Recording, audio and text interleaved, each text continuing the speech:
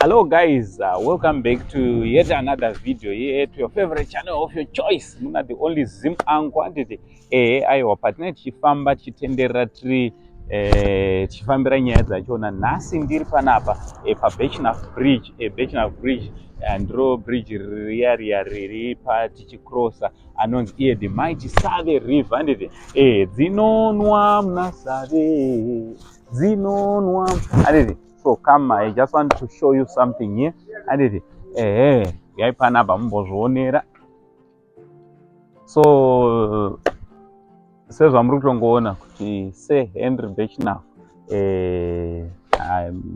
ndo seHenry Birchenough anditi this bridge was named after him, a Birchenough bridge. So toda kungoti ndingokuradzai a little bit of what's happening here. Iri bridge apa nototyisa apa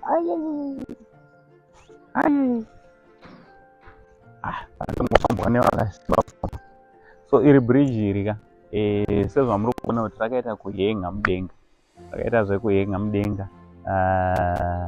Rasiyana nemabridge rinenge rakaita zvekuhenga mudenga, rinosapotwa richibva mudenga. Ndo mamiriro azvakaita. Ndangotosa sekuru vevanhu kandi ndinouya ndombokuratidzaiwo zvine zvichiitika kuitira kuti musanyanyosaririra musanyanyosaririra. Apa paana inotoresa chimbowaradza pasi patakatsika.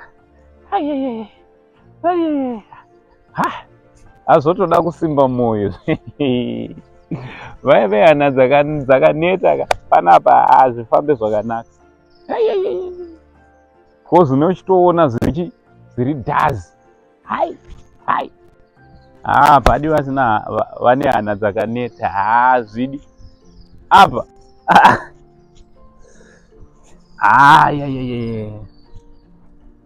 But wow, Zimbabwe yakanaka. Zimbabwe ndori nedzimwe nzvimbo dzakatonaka zvekutodaro chaizvo.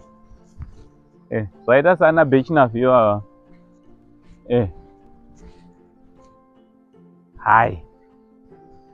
so this third road ka ndo inoconnecta Masingo neMutare. So tiri kubva kwaMutare tichienda kupi?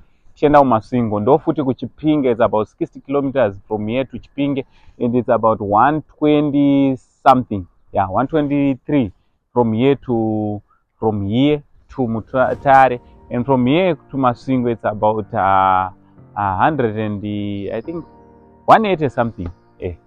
So tichiri ne 180 something kilometers to Masingo. Yebo. So ndo zvandangoti ndingokuradzaiwo mozoti sekuru vevanhu havatiratidze zvine zvichiitika mavanenge vachifamba umu. Nhasi ndangoti ndikuratidzeiwo zviri kuitika kupi? Zviri kuitika kuno kuBirchenough. You can see Save river isi vazhinji vanoti dzinonwa muna Save. Ndesave wachona nditi. This is the mighty Save river. The mighty Save river. Pakaipa. Sezvamuri kutoona vamwe vari kusasana. Mukatotarisa apo munotoona vanhu vari kutosasana vari chirega unobva watoona kutoti the mighty Save river. Unotogona kutouya motosasana muri muna Save. So zvinhu so maningi akasapota bridge the hour ndo mazisupporting what achona ndo mazisupport ndo akatotakura bridge rinwe.